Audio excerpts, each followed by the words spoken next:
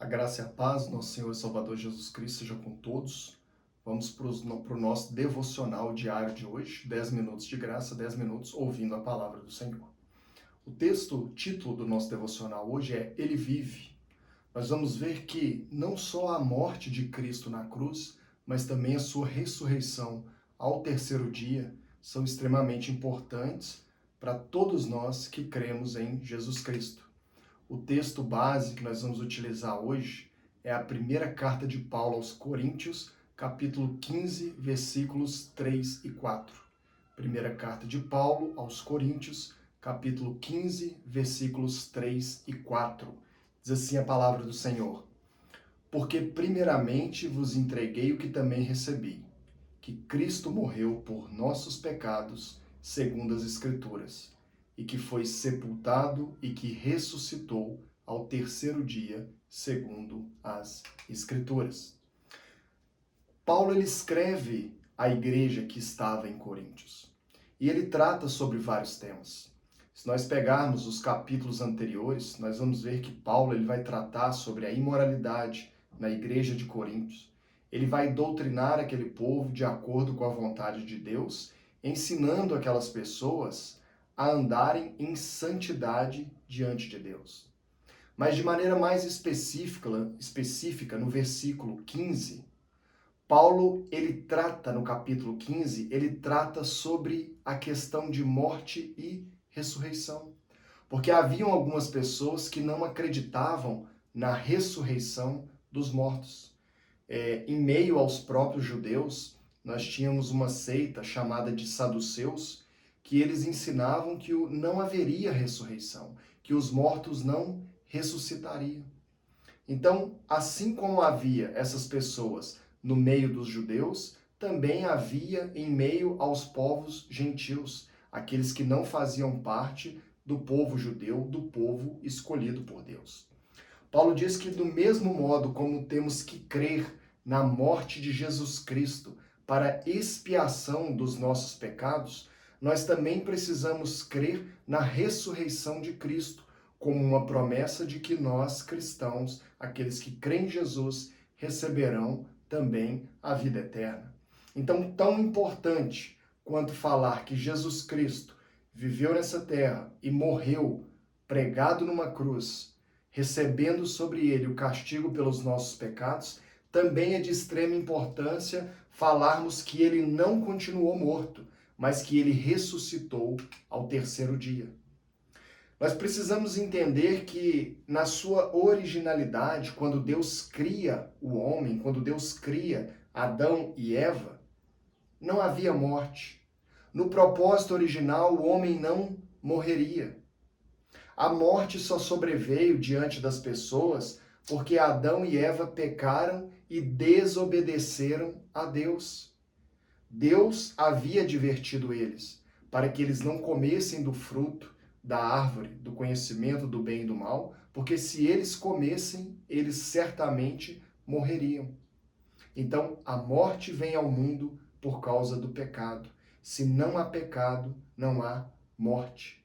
Jesus Cristo, ele vem à Terra, ele vive uma vida perfeita, de perfeita obediência ao seu Pai, de perfeita obediência a Deus, mas mesmo assim, Jesus morre numa cruz. E por que Jesus morre na cruz? Porque os nossos pecados são lançados sobre ele. Jesus provou aquela morte na cruz, e não só a morte física, mas também a segunda morte, a morte espiritual, que representa o afastamento completo de Deus, não porque ele tivesse qualquer pecado, mas porque os nossos pecados foram lançados sobre Jesus, e é por isso que Jesus morre na cruz.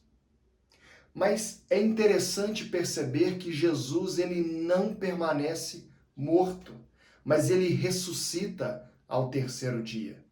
E por que é que Jesus morre e Jesus ressuscita? Porque a morte só tem poder sobre aquele que está em pecado. A morte só consegue reter morto aquele que peca, aquele que pecou. Jesus morre não porque ele tivesse pecado, mas por causa dos nossos pecados que são lançados sobre ele, e aí Deus executa a justiça, a sentença de morte sobre Jesus. Mas quando Jesus morre, a morte não pode segurá-lo. E por que a morte não pôde segurar Jesus? Porque Jesus não havia pecado. Jesus havia vivido uma vida perfeita. E quando nós cremos em Jesus, quando nós cremos em Jesus e temos Ele como Senhor e Salvador das nossas vidas, como que nós sabemos que alguém creu em Jesus? Nós sabemos que alguém creu em Jesus, porque essa pessoa tem Jesus não apenas como seu Salvador, mas também como o Senhor, como o Rei da sua própria vida. Essa pessoa não vive mais para viver a sua própria vontade, mas ela mata, ela crucifica na cruz as suas próprias vontades, junto com Jesus Cristo, e passa a viver uma vida agora para Jesus, que é o seu Senhor. Então, Jesus, quando ele vive essa vida perfeita, ele nos justifica, ele nos empresta essa vida perfeita para cada um de nós. E olha, se Jesus nos justifica, se ele entrega a nós a vida perfeita que ele viveu, para nós apresentarmos essa vida diante do Pai e sermos aceitos, isso significa que, assim como a morte não pôde reter, não pôde segurar Jesus morto, a morte também não poderá segurar morto aqueles que creram em Jesus Cristo. Todo cristão descansa debaixo dessa promessa. Duas promessas. A de que Jesus Cristo morreu na cruz para que ele tivesse os seus pecados perdoados, para que cada cristão tivesse os seus pecados perdoados. E a segunda promessa é que assim como Jesus Cristo ressuscitou e triunfou sobre a morte, nós também ressuscitaremos e triunfaremos sobre a morte. Do mesmo modo como a morte não pôde reter Jesus Cristo, ela também não poderá reter aqueles que creem em Jesus Cristo, aqueles que dormiram na fé em Jesus Cristo. A Bíblia fala dos que dormem. Os que dormem são aqueles que já morreram. Aqueles que dormem em Cristo não permanecem mortos, mas eles ressuscitam. Os que não estão em Cristo, aqueles que não têm Jesus como Senhor e Salvador das suas vidas, eles morrem fisicamente e depois eles experimentam a segunda morte, a condenação eterna, ao lado, fora, separados do Pai.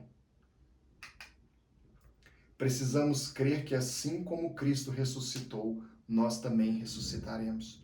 Nós precisamos crer que do mesmo modo como Jesus ele ressuscita num corpo glorificado, todo aquele que crê em Jesus também um dia vai ressuscitar. No último dia ele vai ressuscitar, vai ter um corpo glorificado, um corpo de glória, para que possa habitar eternamente ao lado do Pai Celestial.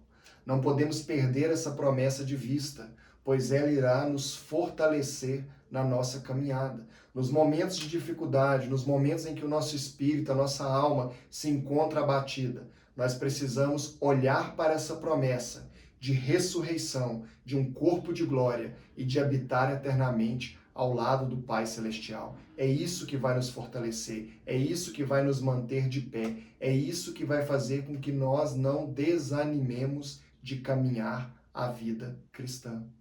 Precisamos crer sem qualquer sombra de dúvidas que assim como Cristo ressuscitou da morte, nós também iremos ressuscitar. Não podemos nem por um momento duvidar dessa promessa, que assim como a morte não pôde segurar Jesus morto, assim como a morte não pôde reter Jesus morto, ela também não vai nos reter, mas nós ressuscitaremos junto com Cristo. Paulo diz que Jesus é a primícia dos que dormem. Ele é o primeiro que ressuscita, triunfa sobre a morte, vence sobre a morte. E após Jesus Cristo, nós, aqueles que servem a Cristo, aqueles que creem em Jesus, na obra salvífica de Jesus na cruz, também ressuscitarão e triunfarão sobre a morte.